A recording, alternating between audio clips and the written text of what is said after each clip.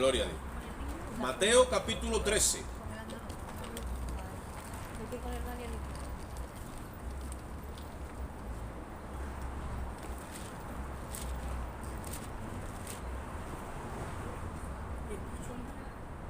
Mateo capítulo 13.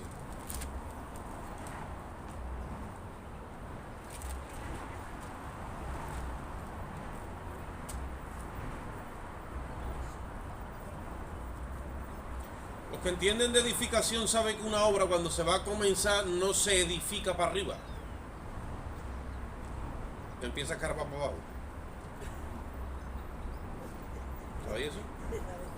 Y en base a la edificación que va a tener de la línea de tierra para arriba, es el cimiento que tiene que llevar abajo para sostenerla. Los que no saben de edificación no saben que muchas veces se coge mucho más tiempo en edificar para abajo, y el planteamiento y la distribución y la planificación que hay que hacer antes de empezar a edificar cuando se ve. Entonces, como hay mucha ignorancia acerca de lo que es la edificación de la obra de Dios, todo el mundo corre para la obra que ve que está edificada por fuera muy rápido. Pero nadie se arrima a la obra donde todavía estamos escarbando los cimientos. Claro. Porque en la obra de los cimientos, pues, si tú te arrimas allí, todo lo más que te arrimen pico y pala. En la otra a lo mejor te dan pico y gamba. Entonces, claro, ¿a dónde se va a arrimar uno, no? Dice la palabra de Dios en el libro de Mateo capítulo 13 y versículo 44. ¿Está ahí allí? Mateo 13 y 44. Yo quiero hablar de lo que significa el tesoro, la riqueza, lo que Dios estima de verdad, y hacer una comparación o una comparanza, como dice nuestro hermano Paco. Antes y después de la cruz ha sucedido algo. Nosotros en esta mañana vamos a meditar sobre eso, la palabra, y vamos a ver cómo Dios revela su voluntad a través de su obra. Dice la palabra en Mateo 13:44. Además, el reino de los cielos es semejante a un tesoro escondido en un campo, el cual un hombre halla y lo esconde de nuevo, y gozoso por ello va y vende todo lo que tiene y compra aquel campo. También el reino de los cielos es semejante a un mercader que busca buenas perlas, y habiendo hallado una perla preciosa, fue y vendió todo lo que tenía y la compró. Gloria a Dios. Cuando Jesús estaba en su ministerio dando a conocer el reino de los cielos, ustedes saben que usó muchas parábolas, sobre todo para hablar con el pueblo. Después usaba como otra terminología más clara para hablar con los discípulos, porque él dice que a ellos se le presentaría siempre por parábola, pero que a ustedes, decía, a los creyentes, a los discípulos, a ustedes se los revelará los misterios. Entonces, cuando Jesús habló con el pueblo, usó parábolas, y esta parábola tiene que ver con el valor que tiene un alma para Dios. Nosotros vemos a las personas muchas veces y las catalogamos en base a la impresión que nos dé. Hay gente que te cae bien y hay gente que te cae mal. Hay gente que tú los ves horrible y hay gente que los ve agradable por su comportamiento, por su forma de ser, por su proceder, por todo eso. La valoración que Dios ha hecho acerca de la humanidad no es igual que la que nosotros hacemos regularmente en nuestra humanidad. Porque cuando Dios valoró a la humanidad, no encontró ni un alma que pudiera agradarle. Entonces, cuando tú empiezas a intentar entender la postura de Dios hacia la humanidad, que no es otra cosa que el reino moviéndose hacia nosotros, te das cuenta que el gesto de amor que Dios tiene es algo que a nosotros se nos escapa de nuestro entendimiento. No podemos de ninguna manera atrapar ese gesto que Dios tiene. Y hemos dicho muchas veces, cuando Dios planta o pone a la primera pareja de seres humanos en la tierra, en el Edén, ellos tenían la imagen de Dios, porque dice que fueron hechos conforme a su imagen y semejanza. Pero aquellos dos seres perdieron la imagen de Dios y se la entregaron al enemigo. El enemigo los vistió con la imagen suya. ¿Qué hace Dios? Viendo que su creación se acaba de arruinar y que no hay forma legalmente de que su creación se pueda salvar a sí misma.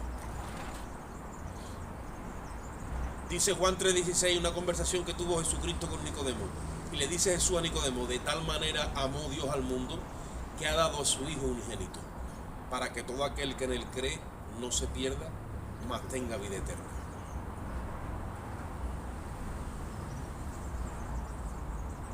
Dios no es el Dios que se conforma. Dios no se queda de brazos cruzados ante los problemas. Pero también cuando ejecuta en la línea de la legalidad de su justicia. Y vemos a Dios comiéndose el coco, buscando un plan viable, que cuando se presente dentro de los planos del Ministerio de Justicia Celestial, le pongan el sello para que se lo aprueben, buscando la salvación de ese ser humano que se perdió en el Edén. Y como no hallaron ningún plan viable donde el propio ser humano pudiera salvarse a sí mismo, Dios empieza a sacar a la luz un plan desconocido para todos, donde incluía la salvación del ser humano, donde la Trinidad divina se tiene que desgarrar a sí misma y el Hijo, el unigénito eterno Hijo de Dios, se hace carne en la persona de Jesús de Nazaret y viene a rescatar y a pagar el precio de la salvación de todas las almas. ¿Y cómo es posible eso sin quebrantar la justicia y la legalidad de Dios? Solamente hay una respuesta: la cruz. Y Jesús, dando a conocer el plan de Dios, dijo: el reino de los cielos es semejante a un hombre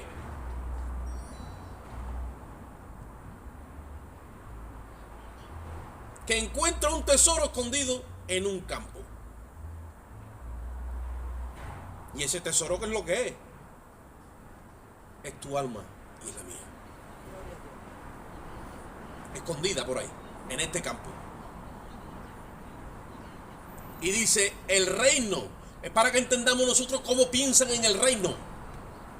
El reino se mueve hacia aquello que a muchos no le llama la atención, mas sin embargo para Dios es un tesoro. Un alma que le crea es un tesoro para Dios. Y Dios viene a depositar su revelación dentro de ese alma y le deposita por medio de la fe el evangelio de Jesucristo. Cuando Cristo vuelva a la tierra, no te vayas a creer tú que vas a estar pensando o mirando el oro que hay en el Vaticano o las riquezas que hay en los paraísos fiscales en Suiza. Él hace una pregunta y dice: ¿hallará fe el Hijo del Hombre cuando venga a la tierra? ¿Fe? Perdona Jesucristo, ¿tú que vienes a buscar fe? Dice el apóstol Pedro: vuestra fe sometida a fuego, dice, es más precioso que el oro para Dios.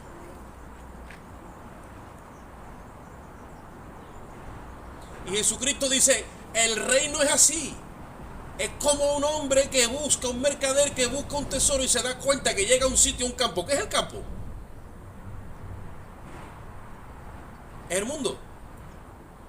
Si te vas a la parábola que está encima de esta, que es el trigo y la cizaña, él ya empieza a revelarla y él dice, el campo es el mundo, el sembrador es el predicador que soy yo y la semilla es la palabra. Y él se da cuenta que hay un tesoro en ese campo. ¿Qué hace él? Legalmente. Tendríamos que ir a Filipenses para averiguarlo, pero ¿qué hace él? Porque en el cielo había una reunión y allí se estaba preguntando y estaban diciendo, ¿a quién enviaré y quién irá por nosotros? Y vemos a ese mercader único en la especie, que había recorrido el campo con toda la visión, porque Dios es espíritu y en el principio se movía sobre las aguas y ese verbo estaba continuamente mirando. Y en aquella reunión celestial, que nos tendríamos que ir a Isaías para averiguar lo que allí pasó, ¿a quién enviaré y quién irá por nosotros? Y no fue Isaías el que habló, fue el Hijo el que dijo, Padre, heme aquí, envíame a mí. Que he visto un tesoro en un campo. ¿Tú sabes el precio que tiene ese tesoro para que lo podamos admitir aquí arriba legalmente? Lo sé, Padre. Por eso Él se tuvo que despojar de su gloria. Y dice Filipenses, y siendo igual a Dios, no lo estimó como una cosa a la cual aferrarse, y se despojó a sí mismo y se hizo hombre. ¿Sabéis por qué? Porque para Dios es una humillación meterse en la naturaleza nuestra, porque nuestra naturaleza ha quedado contaminada por el pecado. Y Dios sigue manteniendo los atributos de justicia, de santidad, de misericordia, de bondad, y es imposible legalmente que eso pase. Tuvo que haber un desgarro y la Trinidad se despojó del Hijo. Por eso dice que aquel verbo se hizo carne y habitó entre nosotros. Sí, su divinidad no se puede desprender, pero su deidad, porque cuando dice que siendo igual a Dios, está hablando de que es gemelo de Dios. Él decide despojarse y sacrificarse y hacerse carne en el vientre de María. Ese plan ya estaba desde antes de la fundación del mundo. O sea que si nosotros creemos que todas las cosas que están pasando ahora mismo en el planeta Tierra, a Dios lo coge descuidado, todavía no conocemos a Dios. Jehová reina, dice el Salmo 93. Jehová reina, empieza diciendo el Salmo 97. El Salmo 99 empieza diciendo Jehová reina. Y Jehová seguirá reinando, porque Él es rey. No caen dos pajarillos a tierra sin que Él tenga conocimiento. Todos tus cabellos están contados. Ese es nuestro Dios. Pero cuando ha decidido hacerse hombre y andar como un mercader por ahí buscando, ha visto preciosa tu alma. Y ese es el tesoro. Que fue a la cruz y pagó, porque ahí dice, semejante a un campo un hombre encuentra allá y lo esconde. Oye esto, te tenía Dios señalado desde antes de la fundación del mundo y te tenía escondido y escondida. No permitió que te llegara la muerte. No permitió que el enemigo te torturara más allá de lo que lo ha hecho. Y te tenía escondido ¿hasta cuándo? Dice, y gozoso va por ello, ve y vende todo lo que tiene. ¿Y qué pasa? Y compra aquel campo. Cuando Jesucristo murió en la cruz del Calvario, allí habría los testigos que tendría que haber. Pero allí no había una banda de música tocando con cornetas y tambores y platillos y flautas y violines. Allí no había luces, allí no había megafonía, aquello no era nada glorioso. Murió de la forma más indigna que puede morir un ser humano, desnudo, ensangrentado, desangrándose en una cruz, pasando como un maldito.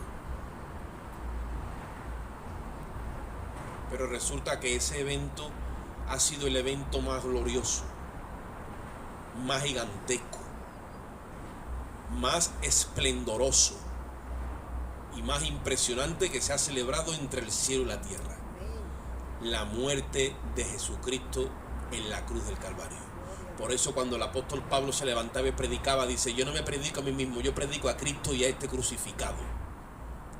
Para los que piden señales, esto es tropezadero, y para los que buscan sabiduría, esto es locura. Pero para los que creen en esto que yo estoy hablando, que pasó en el Calvario hace 2000 años, esto es poder de Dios. ¿Poder de Dios cómo? Sí.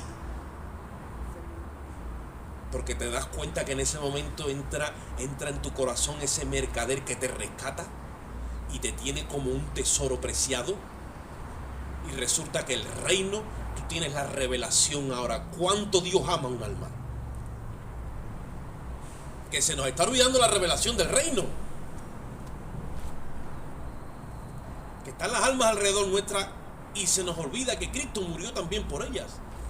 Porque Él por todos murió, dice la Biblia. Para que los que viven, dice, ya no vivan para sí, sino que vivan para aquel que vivió, murió y resucitó por ellos.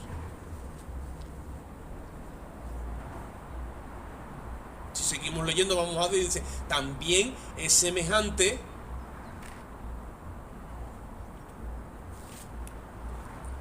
a un mercader que busca perlas, y habiendo hallado una perla de tal precio, dice, fue y vendió todo lo que tenía y la compró. Técnicamente hablando, los pecados de toda la humanidad, oye lo que te dice ahora, técnicamente, ¿vale? No en la práctica, pero en la técnica, en archivos, en registros, los pecados de toda la humanidad están perdonados ahora mismo. Porque Cristo ha comprado el campo entero con toda la situación del campo. Y dice la Biblia que Jehová cargó en él el pecado de todos nosotros, y que él cerró su boca como un cordero que es llevado al matadero. Porque todo este evento, que siempre nos faltarán palabras y predicaciones para expresarlo, porque es grandísimo, y para expresar la multiforme gracia de Dios, eso hace falta muchísimas bocas que lo expresen, porque es que esto no hay forma de expresarlo de una vez. Es un juicio técnicamente lo que se celebró en el Calvario. Y dice que él no abrió su boca porque un acusado, cuando se le leen las acusaciones que hay en contra de él y el acta, si calla y asienta, como dice el que calla otorga, ¿vale? Cristo se hizo responsable y autor de todos tus pecados y de los míos y de toda la humanidad. Y pagó legalmente el precio que requería ese tesoro. La paga del pecado es la muerte del alma. Y Cristo fue y entregó su alma como un maldito, que es como morían las personas en aquel tiempo bajo la crucifixión romana. Y entregó su alma por todos y cada uno de nosotros en aquella cruz. Hoy los pecados de la humanidad están todos perdonados. Lo que ocurre es que no todos han creído al anuncio del Evangelio. Por eso dice, muchos son los llamados y pocos son los escogidos. ¿Por qué? Porque pocos son los que creen. Y no todos han ido a por el certificado de la justificación de su alma. Oye esto.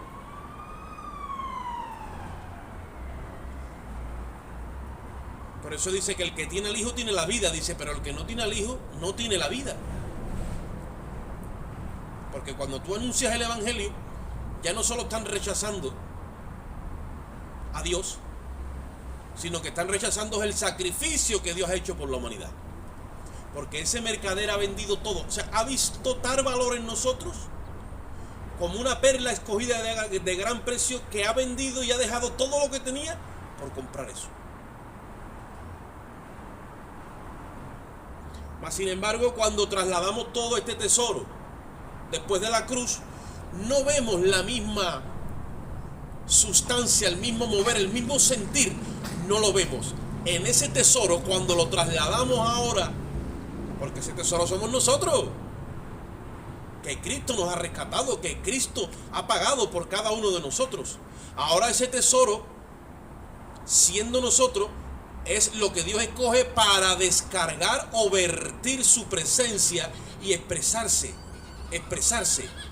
dentro de cada uno de nosotros a este mundo, ¿vale? Y vierte Él de su tesoro en nosotros. Por eso que ese tesoro está contenido ahora, ¿dónde? En vasijas de barro.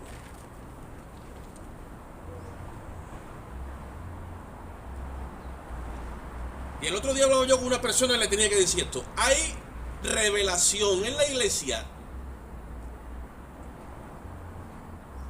de que los creyentes andemos con el Hijo, de cómo tenemos que comportarnos, de qué a Dios le agrada, si tuviéramos a Cristo aquí presente entre nosotros así humanamente, como estuvo con los discípulos. Pero esa dispensación ya acabó. Ya los creyentes ya no andan con el Hijo, porque el Hijo se ha ido. Entonces, ¿cómo andan los creyentes, hermano Oscar? Los creyentes ahora andan con el Espíritu, porque el Hijo se ha hecho Espíritu.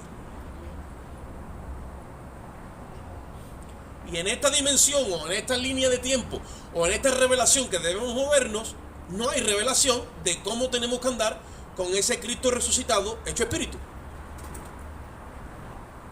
Nos es más fácil identificarnos con el Jesús judío de Nazaret, que fue en Galilea, que bajó a Judea, que hizo, que estuvo en las bodas, que fue a casa de Jairo, y tú lo lees, y nosotros estamos en un nivel 3, para que tú me puedas entender esta mañana, andando en un nivel 3 con un grado de revelación 1.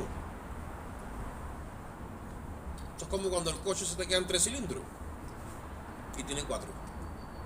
Entonces está fallando algo dentro del conocimiento de la iglesia, que no somos capaces de expresar esto que Cristo ha hecho. No con palabras, porque con palabras, mejor o peor, como yo estoy haciendo hoy, lo puedes hacer. Es en cuanto a una vivencia de vida diaria con Cristo. Y estamos cayendo en el mismo renglón que cayeron los que anduvieron con Cristo, que están con Él, pero el grado de revelación, como está ahí, dice: bueno, Señor, pero tú sabes, hoy es que tengo que atender mi casa y tengo que estar allí. Bueno, Señor, y empezamos con las excusas, empezamos con esto, empezamos con lo otro, empezamos con aquello. ¿Qué es eso? Es falta de revelación y de entender en mi espíritu la profundidad de quién es el que me está llamando.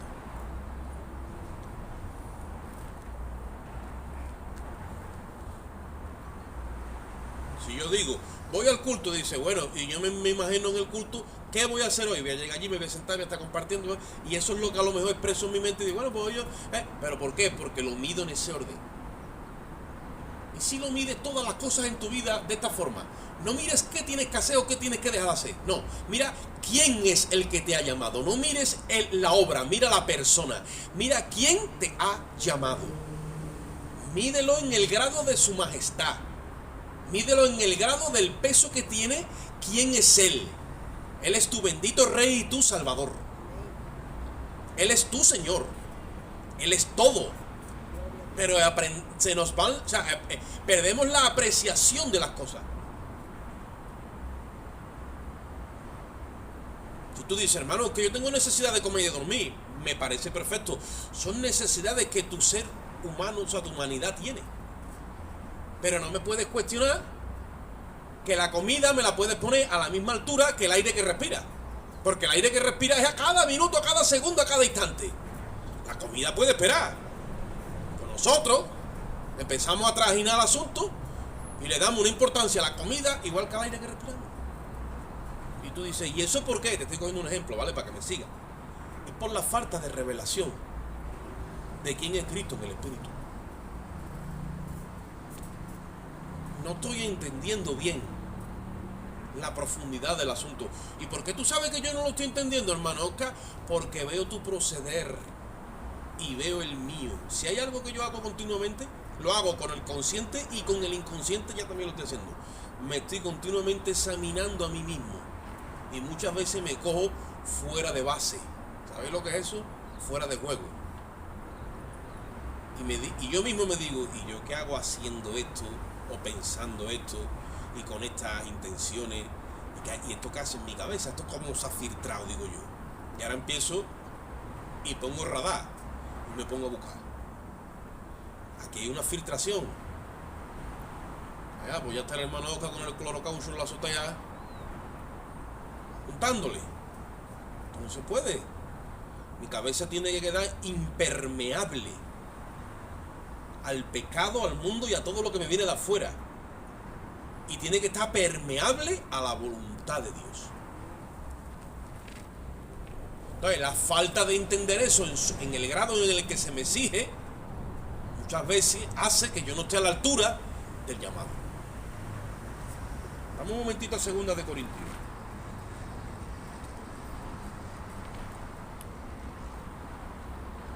Capítulo 4. Gloria a Dios. 2 de Corintios capítulo 4.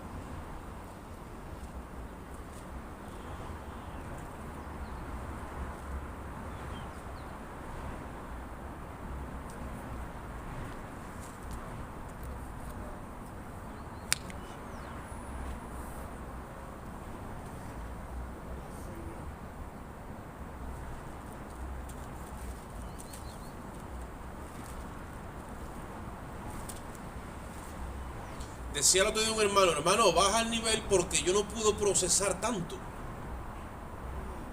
¿Os acordáis que lo estuvimos hablando después? ¿Por qué no puedes procesar tanto? Dice, bueno, pues porque tú no bajas el nivel. No, es porque yo te estoy dando lo que tú necesitas, no lo que tú quieres. Y te lo estoy dando en una sustancia que es del espíritu. Y cuando te lo doy cuando lo que yo te doy es espiritual, si entra en tu espíritu, te estoy dando lo que necesitas. El problema es que tú quieres procesar lo que estás recibiendo en el espíritu en tu humanidad y en tu naturaleza caída.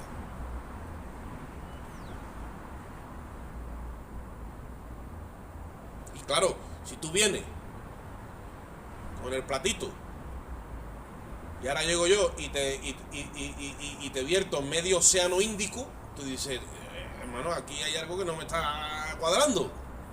Claro.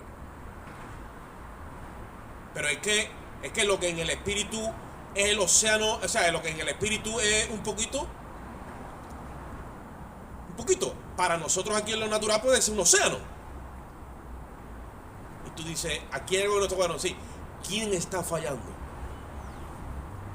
¿Está fallando Dios? ¿O estás fallando tú y yo? Le dice Pablo a los Corintios, nos pude dar de comer vianda porque eres niño, y entonces me di cuenta que tuve que recurrir a la leche. Dice, pero todavía seguí siendo niño.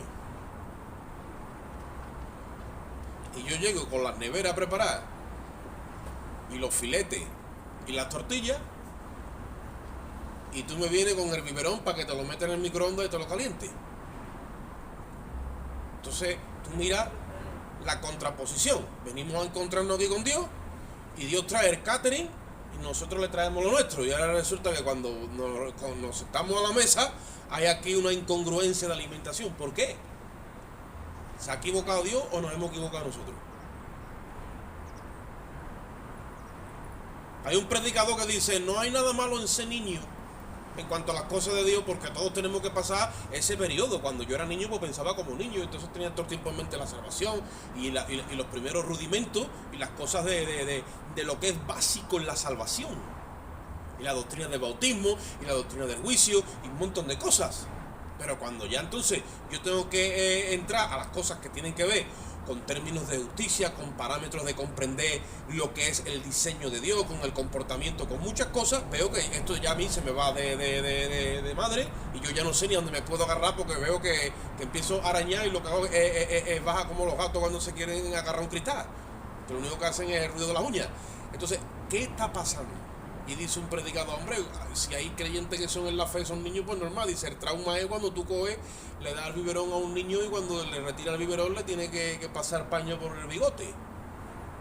Eso sí que te deja traumatizado. ¿Por qué? Porque hay creyentes que tienen 20, 30 y 40 años en el Señor y en el Evangelio. Y le tenemos que estar todavía predicando la palabra del sembrador. ¿Ustedes me estáis siguiendo en esta mañana? Mira lo que Pablo dice en 2 de Corintios capítulo 4. Y aquí no estamos, que Dios nos perdone, y que nadie vaya a pensar que estamos aquí haciendo alarde de otra cosa. Estamos hablando de lo que Dios está dando en esta hora. Si miras el reloj de Dios y miras a Israel, que dicen que es el reloj de Dios, vamos a saber que a la iglesia le queda un cuarto de hora aquí en la tierra. Ahora ve cómo maduramos nosotros en un cuarto de hora, cuando hemos tenido 2000 años. La hora que ellos con estos pelos, decíamos. 2 de Corintios 4 dice, versículo 3. Voy a leer desde el 1 para que cojamos un poco de más sustancia. Dice, por lo cual teniendo nosotros este ministerio, según la misericordia que hemos recibido, no desmayamos.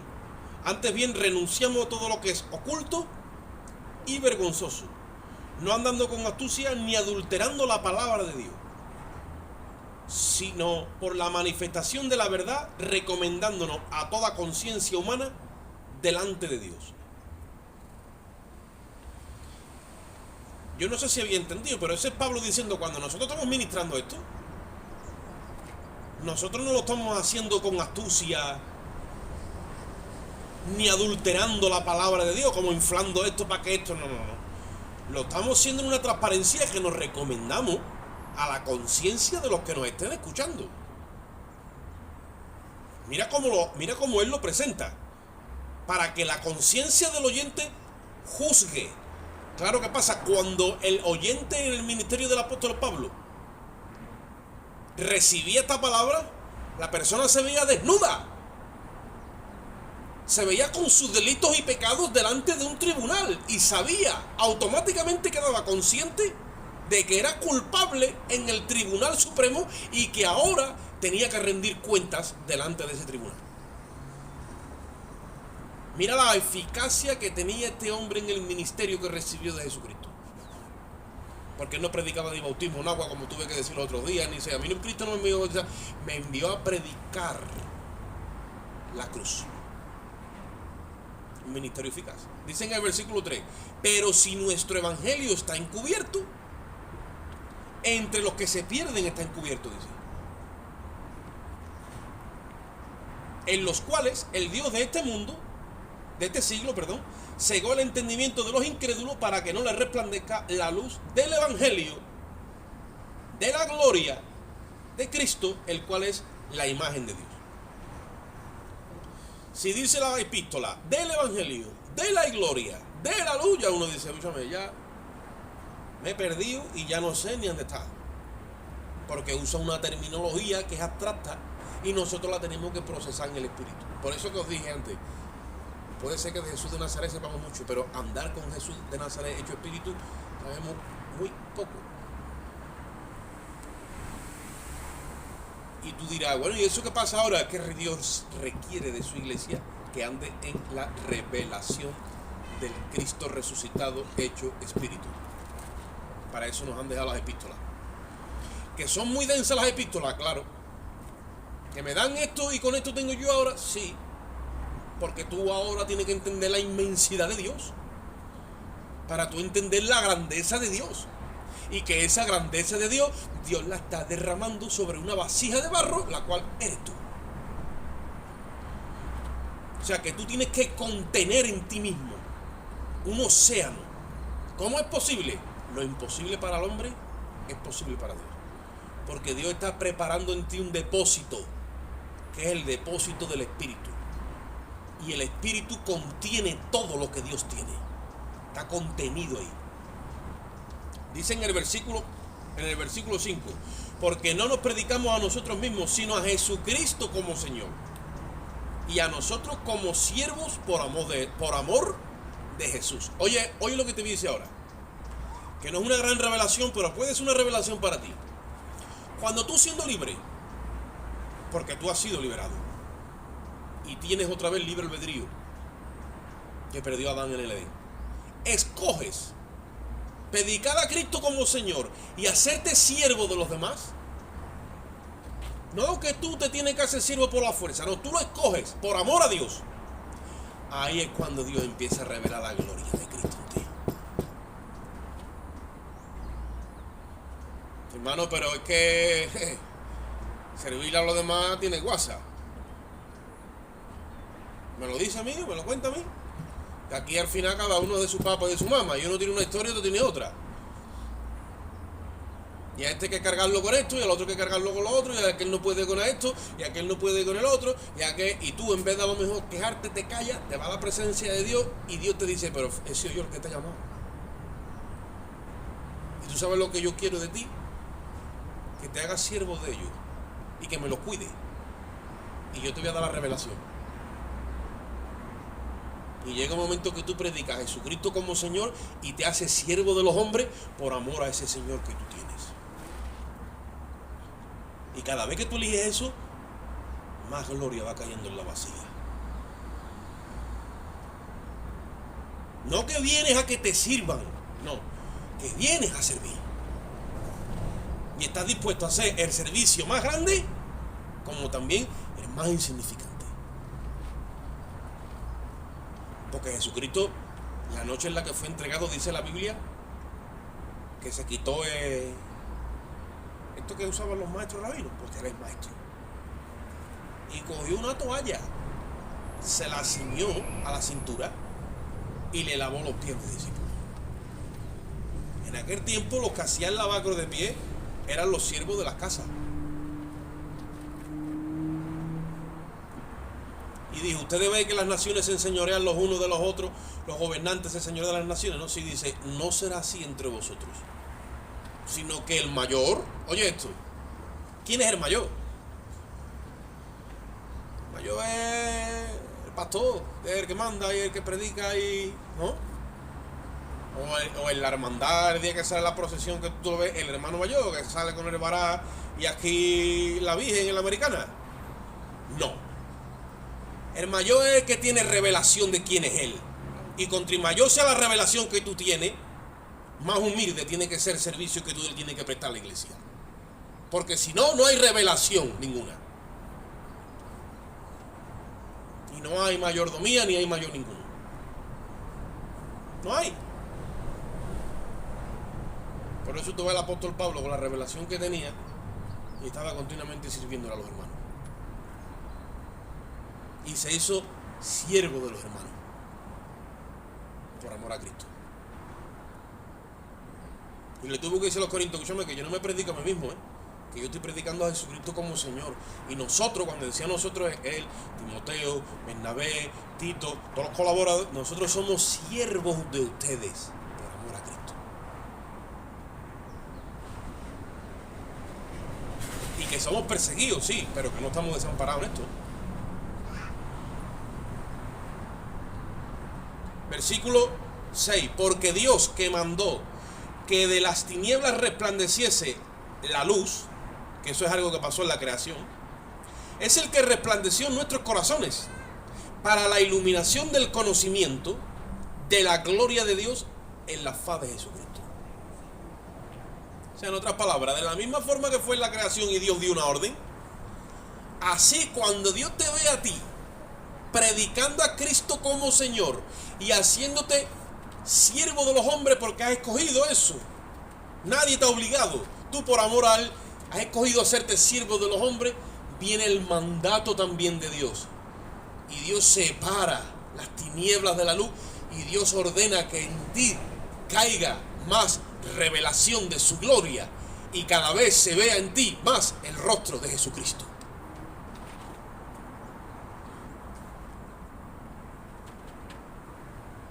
Y cuando tú predicas y trae sabiduría, ciencia, virtud, revelación, conocimiento, exposición, lo que quiera que sea, nadie puede decir que el hermano, no, es lo que Él quiere, que empecemos a vernos, que veamos a Cristo mirando los unos a los otros, porque es Él mismo el que está morando en nosotros, que se ha hecho espíritu. Y empecemos a tener eso como en grande. Gloria a Dios que hoy se reúne la iglesia. Y entonces, ¿qué pasa? Vamos a recibir, porque uno tiene salmo, otro tiene profecía, otro tiene doctrina. Dice, hágase todo decentemente y en orden, porque no venimos a pedir, venimos a dar, porque ya tenemos a Cristo dentro de cada uno de nosotros. Hemos sido enriquecidos y venimos a edificarnos mutuamente los unos a los otros. Y andamos en la revelación de Cristo en medio de esa iglesia, la perla de la cual habla el mercader. Con perla está edificada la Nueva Jerusalén. Son materiales imperecederos. Esos materiales nunca perecen ni se desgastan con el tiempo. Además de perla, pues ya sabéis que tiene rubí, esmeralda, carbunclo, zafiro, topacio, montones de materiales. Porque estamos edificando con esos materiales, con oro, con plata, con piedras preciosas. Dice la Biblia que llegará el día donde la obra de cada uno será probada y saldrá a la luz el que ha edificado con heno, con paja, con hojarasca, y el que ha edificado con oro, con plata o con piedras preciosas. El oro simboliza la gloria de Dios. La plata simboliza la redención en Jesucristo. Y las piedras preciosas significa la obra hecha por el Espíritu en medio de la iglesia. Y mira lo que dice el versículo 7.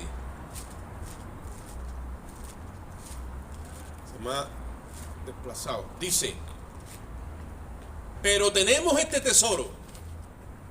¿A dónde está el tesoro ahora, hermano? En vasijas de barro, para que la excelencia del poder, oye esto, sea de Dios y no de nosotros.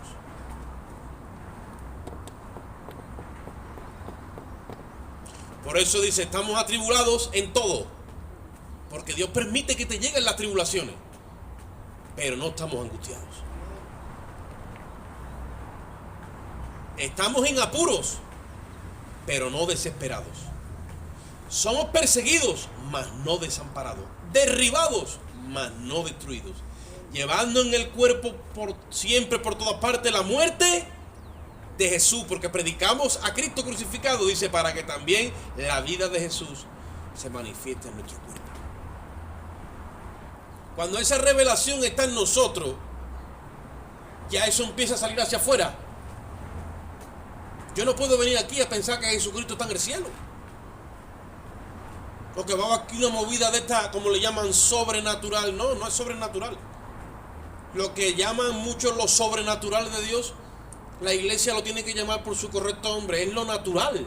Que la iglesia ande en el Espíritu. No tenemos que clamar y que ese clamor llegue al lugar santísimo como si eso la voz corriera para allá. Que ya no estamos en esa dispensación. Que es que ha subido, ha sido aceptado y ha bajado. El lugar santísimo está en mi espíritu. Y el lugar santo en mi alma. Y estos son los atrios donde se ha metido el Espíritu Santo. Y aquí le está sirviendo al Dios eterno. Con estas manos, con estos ojos, con estas piernas. Y estos instrumentos ahora, que en otro tiempo eran puestos para la iniquidad, ahora son puestos para la justicia. Y llevamos fruto de justicia a Dios y glorificamos a Dios por medio de esos frutos.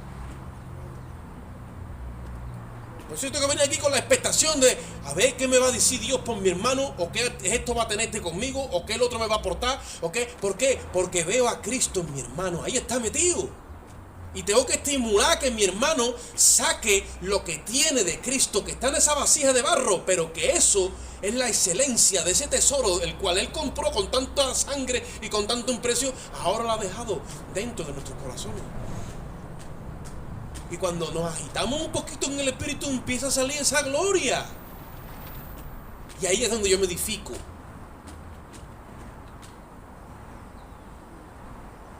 Miro al hermano y veo que el hermano tiene mala cara, digo, el hermano todavía no entra en sintonía. Hay que entrar en sintonía, y cuando entramos en sintonía, cierra los ojos y empieza a clamar, empieza a orar, y ya el hermano le cambia el rostro. Ya el hermano abre la boca y ya sale ¿qué? La bendición de Dios. Ya nos empezamos a edificar mutuamente los unos a los otros, porque estamos en modo espíritu.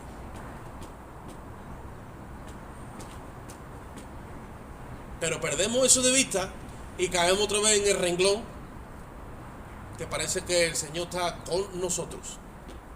Pues no, el Señor no está con nosotros. Hermano, usted está quebrantando la palabra, ¿eh? Yo aquí ya no me blasfemo. En el que el Señor no está con nosotros. El Señor está en nosotros. Y eso ha cambiado algo, es que tú no lo entiendes, pero eso es una revelación súper inmensa.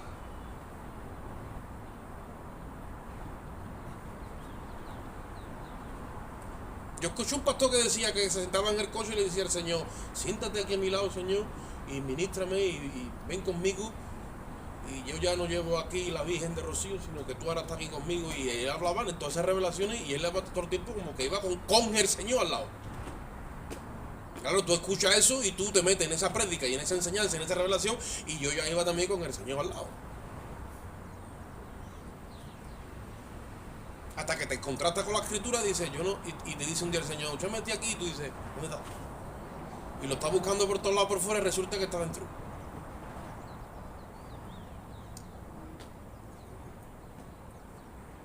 Tú empiezas a ejercitar tu espíritu en la lectura, en la oración, y lee y ora y lee. Y llega un momento que cuando ya Dios te considera, ya te enseña lo que es la meditación. Y tú ya sin el libro, estás pensando en su palabra. Y empiezas a meditar en ella y empiezas tú a roer eso, hasta que lo deshace y eso te entra para adentro y se transforma en imagen y sonido, como la nueva tecnología, que unen la imagen con el sonido. Y resulta que tú ya estás como en la contemplación, en la revelación. Tú dices, pero eso como es, dentro de tu espíritu. Y cuando todo eso ya se ha cocido en ti, que tú ya estás acostumbrado a entrar en ese nivel, tú ya estás día y noche ahí con él. ¿Y eso cómo se refleja? Cuando empiezas después de toda esa gestión íntima con él, porque dice la Biblia que la comunión íntima de Jehová es con los que le temen, pero es adentro. Dice, a ellos les revela su pacto. Salmo 25:14, que cuando tú te pones a hablar, te pones a gestionar, te pones a gesticular, la gente se da cuenta que algo hay en ti. Están viendo la gloria del evangelio, óyeme, en la faz, dice ahí, ¿de quién? De Jesucristo. Tú dices, pero ¿qué es Jesucristo? Si me están viendo a mí, es que Cristo vive en ti.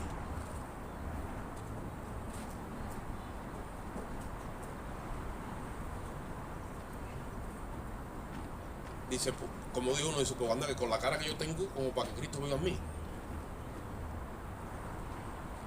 Es que Dios ha escondido este tesoro en vasijas de barro, hermano.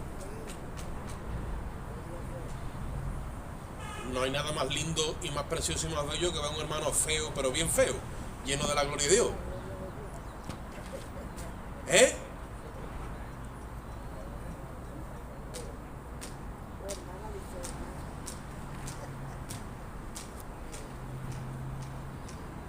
Cuando una persona está en comunión con Dios, se le hermosea el rostro. Y de alguna forma sabe que no es agraciado, pero cuando tú ves a esa persona, hay algo que tú ves que brilla en ella, porque tiene la gracia de Dios sobre ella. Y eso es la obra de Dios, que está contenida en vasija de barro. Y cuando esa vasija empieza a desprender, como cuando María quebró el vaso de alabastro, ¿no?, de barro, y salió ese perfume. Y dice la Biblia que toda la habitación se llenó de un olor de nardo puro.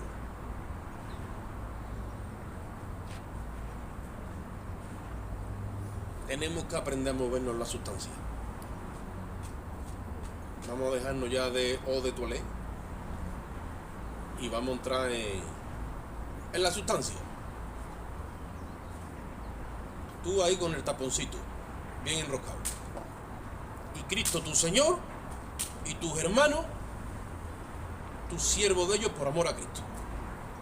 Y deja que la sustancia y la esencia vaya cogiendo cuerpo. Y cuando eso haga así, se va a llenar tu vida de un aroma, de una sustancia, que eso es esta revelación de la que la pongo. Ese es ese tesoro que Cristo compró. Pero ¿para qué lo compró? Para que hoy brille aquí abajo. Y ese tesoro, entre comillas los tesoros, tú sabes, te lo ponen ahí en un cofre abierto, ¿no? Y ahí todo, la iluminación del oro y de ese tesoro empieza a sacar la riqueza que tiene.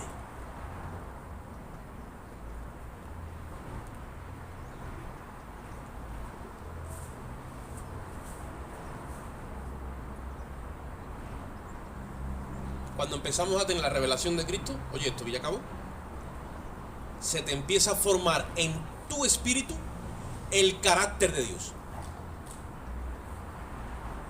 Y tú expresas a Dios en tu carácter. Porque se ha forjado, oye esto, forjado, se ha hecho una sola pieza. Dios y tú. Nadie aquí vaya a pensar que tenemos dos espíritus, que muchas veces nosotros nos erramos y creemos que tenemos dos espíritus. Tenemos un solo espíritu. Y es el espíritu de Dios, que se ha hecho un solo espíritu con mi espíritu. Y eso se ha hecho tan uno, porque se cumple la oración que Cristo le dijo al Padre. Dijo: Padre, que ellos, cuando yo me vaya, sean uno contigo y conmigo, como tú y yo somos uno. Eso se está cumpliendo y se va a cumplir. Cuando ese espíritu se funde y es un solo espíritu contigo, ya se fragua esa personalidad, ese carácter de Cristo en ti. Entonces ya no hay diferencia entre tú y Él, porque Cristo vive en ti. Se acabó. Se sumergió en el bautismo de la cruz la vieja criatura, una inmersión donde ya no se ve más la vieja criatura, porque con Cristo estoy juntamente crucificado, dice Pablo, dice: ya no vivo yo, porque es una inmersión. ¿No sabéis que habéis sido bautizados, dice, en su muerte? Ya quien vive, Cristo en ti. Entonces ese bautismo se produce cuando ya esa creación ha sido sumergida por completo en la cruz, ya no se la ve más. Entonces ahora aparece ¿quién? Aparece Cristo morando en una vasija de barro, que eres tú y yo, reflejando el carácter del Padre. Óyeme, sale su santidad, sale su justicia, sale su fidelidad, sale su misericordia, sale su amor, y sale todo lo que es Dios en esencia a través de tu carácter. Pero ya no juguemos más a que Dios y yo y Él. No. Ya ha venido la cruz y ya no hay dos personas, hay una sola persona. Por eso que yo he corrido muchas veces los hermanos me dicen: es que yo soy así, es que yo soy asado, es que yo no sé qué, es que... Digo, no me hables más de ti, si no tengo ningún interés en que me diga cómo eres tú, porque esa persona ya ha muerto. Háblame de Cristo. Hombre, sí, el Señor. Digo, esa es la revelación que tiene del Señor, el Señor. De ahí no te dice nada más, porque no tiene más revelación. Pero cuando te tiene revelación es porque el Señor se ha hecho uno en ella, y ya ella no vive. ¿Quién es? Es Cristo, revelando al Padre. Y el diseño de la iglesia es la iglesia revelando a Cristo. El proyector está dentro. Por eso dice el apóstol Pablo: cuando agradó a Dios revelar a su Hijo en mí, oye esto, que me tenía apartado para esta función desde el vientre de mi madre. Aunque yo nací, fui Saulo de Tarso y fui y vení, hice muchas cosas, pero llegó el tiempo, ahí vino el llamado. Y dijo: ni tú vas para Damasco, ni tú ya vas a estar subido en el caballo, ni tú nada de nada, tú vas para tierra y te hago una nueva creación. Entonces empezó una nueva formación. Y dice, ¿y qué pasó de aquel entonces? Ya Dios empezó a revelar a su Hijo en mí. Yo era un proyector, pero tú eres otro proyector, otro proyector, otro proyector. ¿Qué significa un proyector? Que todo aquel que te mire ve la escena, ve el plan de Dios. Se lo tienes que ir contando a las personas, con tu palabra, con tus gestos, con tus acciones, con tu compromiso, con tu línea de vida. Todo el que te ve a ti ve una carta abierta, con el sello del Espíritu, el sello del Dios viviente, y te ven ahí, hasta que dicen, este hombre, esta mujer es una mujer, es un hombre de Dios.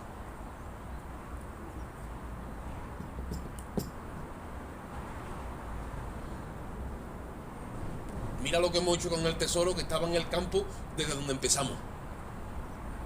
Mira el tesoro como tiene que ir ya.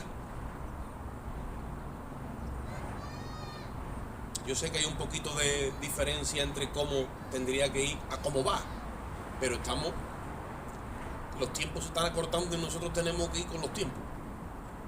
Entonces ahora hay que coger compromiso con esta verdad,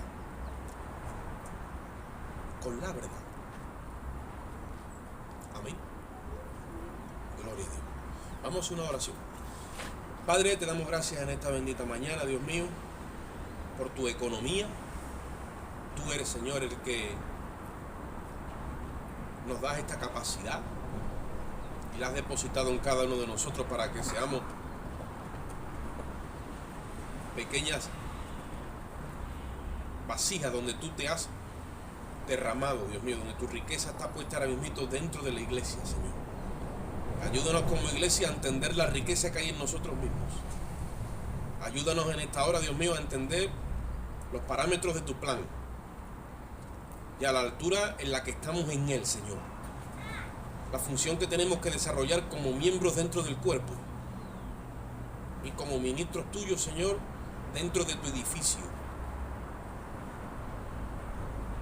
Y capacítanos en esta hora, Señor. Yo te lo ruego y te lo pido encarecidamente en el nombre de Jesús. Ahora salimos de este lugar, pero no de tu presencia. Tú moras y vives en nosotros, y nosotros moramos y vivimos en ti. Salimos con tu amor, la gracia de Jesucristo, tu Hijo, y la comunión y dirección de tu Espíritu Santo. Y el pueblo dice, salúdense los hermanos con alegría y con gozo en esta bendita mañana. Gloria a Dios. Estoy viendo la gloria de Dios en cada uno de ustedes ahora mismo. Las vasijas las veo llenas de la gloria de Dios, y estoy muy orgulloso y muy satisfecho. Gloria a Dios.